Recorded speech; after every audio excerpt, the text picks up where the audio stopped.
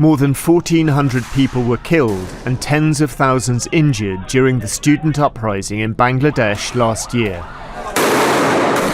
Now, Al Jazeera's investigative unit can reveal the orders issued by the former Prime Minister Sheikh Hasina to deal with the protesters.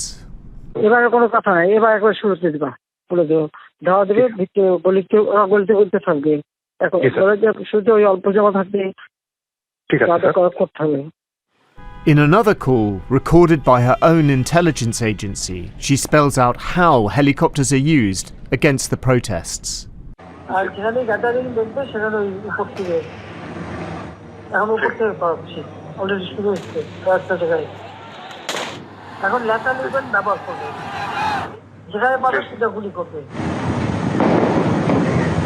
There was a code name of the operation that is called Operation Clean Down, by using drones, where the maximum number of protesters are gathered, and then they send the helicopters there to kill them.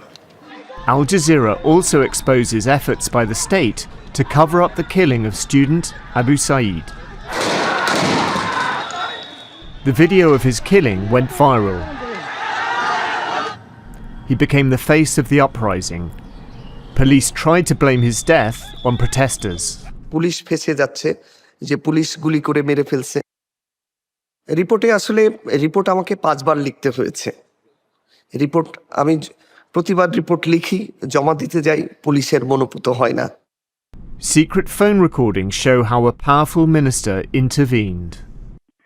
Body postmortem করা হয়েছে তো Rangpur medical করেছে, আমাদেরকে postmortem report দিতে সময় লাগবে কেন? যদি করে তাকে লুকিচুরি কে খেলতেছে? রংপুর মেডিকেল। আমার যেটা মনে হয়েছে যে এটা সরকারের সর্বোচ্চ মহল থেকেই আবু সাইদের রিপোর্টকে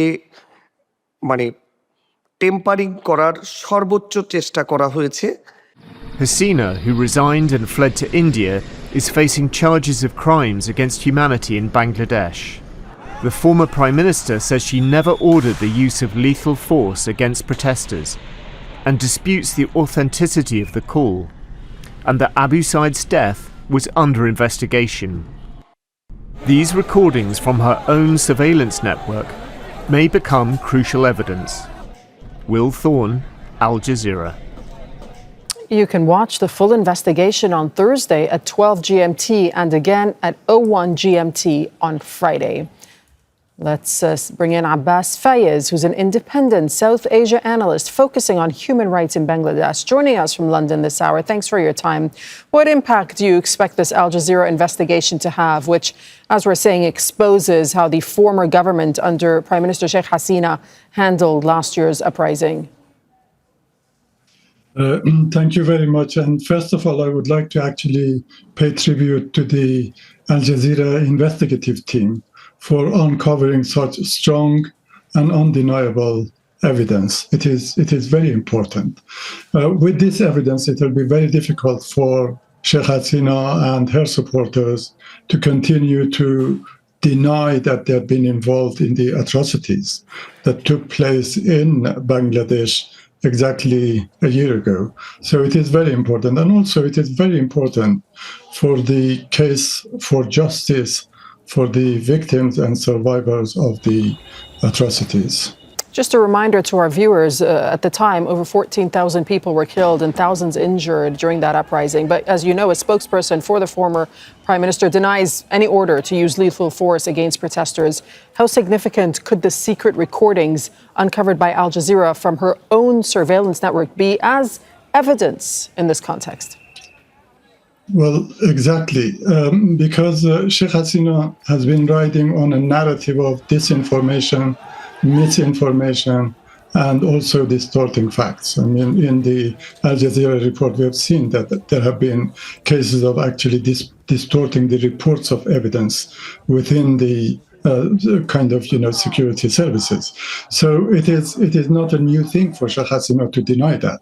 But with this evidence, I think we are in a very strong position. And as I said, it is very important because most of us as human rights defenders are concerned, have been concerned, but we have lacked really the type of evidence that has now been discovered to be able to base our concern on. And with this evidence, us as human rights defenders as the prosecutors and the judges will be really a lot more strengthened in their decision how to handle the issue.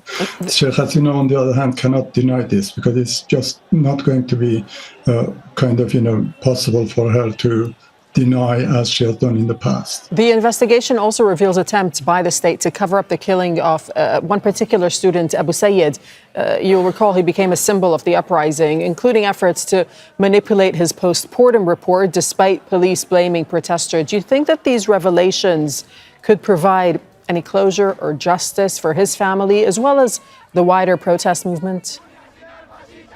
Well, as you mentioned, Abu Sayyid is a symbol of resistance against a repressive regime, not only just in Bangladesh, but also really probably in the entire region. So his name will remain. He will be in the history of Bangladesh, and many people will be remembering him and will be talking about him. His family are very proud. But with this evidence and really the kind of angles that the evidence has gone into, now we are in a position to strongly, against the denial of Sheikh Hasina, against the denial of her government, show that this case actually has happened, that he was the subject of deliberate and open killing, open murder, ordered by the security forces who were under the watch, under the control of Sheikh Hasina. So although the family are very happy with the kind of evidence that has been discovered, but there will be a sense of closure. Yeah, sorry. You've just recently visited Bangladesh. Has enough progress been made on the state of human rights under the new government? Do you think justice and full accountability will prevail? Well, I have actually visited Bangladesh. I've met the chief prosecutor of the court that has been set up to try these atrocities. I've met the law advisor or law minister, and I've met the attorney general, but I've met many families and survivors of the killings and the injuries. I think it is very important what has been discovered by the Al Jazeera report. Is very important because not only in the sense that really it will enable the case to go to the court and be successful, but also in the sense that the court will not be open to criticism when the court, the prosecutors, and the judges use this type of evidence. So I really think that it is important. At the same time, there are problems in the country. There are problems in the administrative sphere, in the political sphere, in the economic sphere. But I mean, gradually, the kind of political responses to issues seem to be giving their place to the more legal responses to the issues. Right. I'm personally very hopeful that something good will come out of it. Okay, Abbas Fayez, you're an Independent South Asia analyst. You're joining us from London. Thank you so much for your time. Thank you. Make sure to subscribe to our channel to get the latest news from Al Jazeera.